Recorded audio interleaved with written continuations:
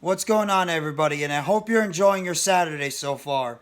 This is NYG Jeffy T 85 here. And I just want to bring you some of the key players for this game that need to step up and really raise their performance to help the New York Giants win this game tomorrow night against the Washington Commanders. You'll obviously be hearing my Keys to Victory video tomorrow at noon. But I want to talk about specifically the players that need to step up in this game. This is the first time I'm doing this, so players I want to see step up in this game. Obviously, number one is Daniel Jones. Daniel Jones is 0-11 right now in primetime games. And while he's played well against the Washington Commanders, Daniel Jones is still a guy that everybody still holds that microscope under when it comes to a guy that they still don't believe is the answer. Some Giants fans believe he is the answer. Some Giants fans believe he's still not the answer. It really just depends on who you talk to. But if Daniel Jones can go out there on Sunday Night Football tomorrow night and put up a hell of a performance, whether it be 300 yards passing, 3 touchdowns, no picks, even getting close to or about 100 yards rushing the football, turnover free, the Giants will be in good position to win this football game. And it will pretty much cement Daniel Jones is the answer. Now we'll have to wait and see what's going to happen. But Daniel Jones is one of those guys that has got to have a big game. Second one, Saquon Barkley, obviously. This guy was tearing up the league through the first 7-8 games of the season. He was leading the league in rushing. He was getting about 78 to 100 yards per game rushing the football, and he was helping out in the passing game. He was easily the best running back in football. But the past few weeks, Saquon Barkley's his average per rush was all the way up at 5.8 at one point. Now it's dropped all the way down to about 3.4 yards per carry. A lot of it has to do with the lack of talent on the outside, but it also has to do with the lack of offensive line pressure and also the lack of Saquon Barkley just not being effective in the run game. He's dancing a little bit too much. Saquon Barkley, like Daniel Jones, has got to come out there and he's got to have himself a prime-time explosion on offense. He's got to go out there and be the running back that he was in the first 7-8 weeks of the season. And if he can do that, and he could go for about 100, 150 yards rushing with a couple of touchdowns, Giants will be in very good position to win this football game. The third one's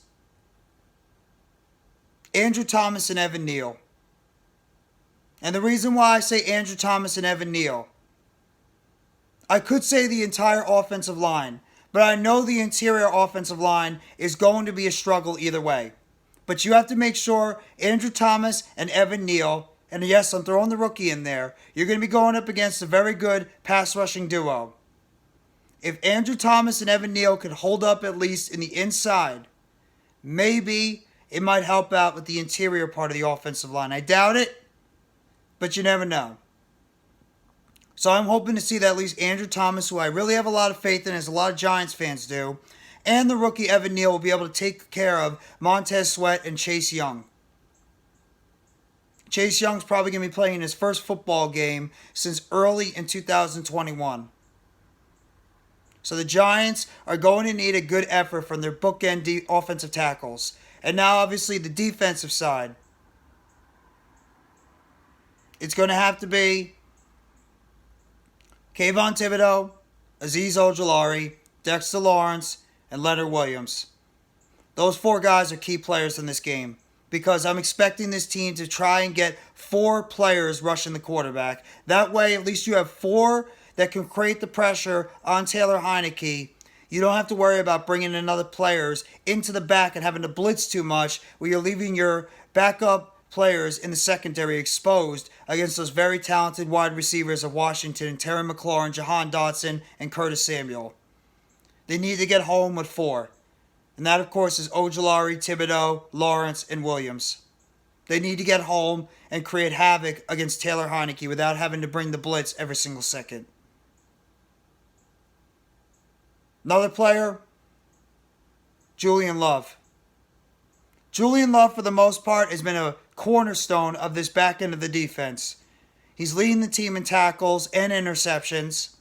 He's been very solid overall, but he's got to make up for that horrendous play he had last week against the Philadelphia Eagles, where he whiffed on that 4th and 7 pass to Devontae Smith, in which Smith ran in for a touchdown.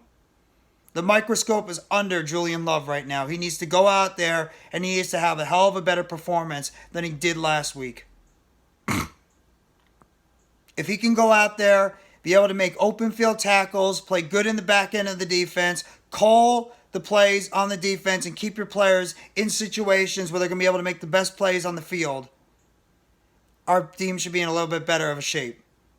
And my last keys, Graham Gano and Jamie Gillan. Graham Gano, because we need him to go out there and make these key field goal kicks, which he's pretty much done since he's become a New York Giant a couple of years ago. And then Jamie Gillan, who has been an absolute adventure out there for the New York Giants in terms of his kicking. We need this guy to go out there and be able to directionally punt better. We need him to directionally kick better. We need him to hold the ball. And we need him to be able to pin the other team, pin Washington within their 5-yard line, maybe 10 at best. 5 I want the most. These guys have all got to step up in this football game if the Giants want to be in position to win this football game on Sunday.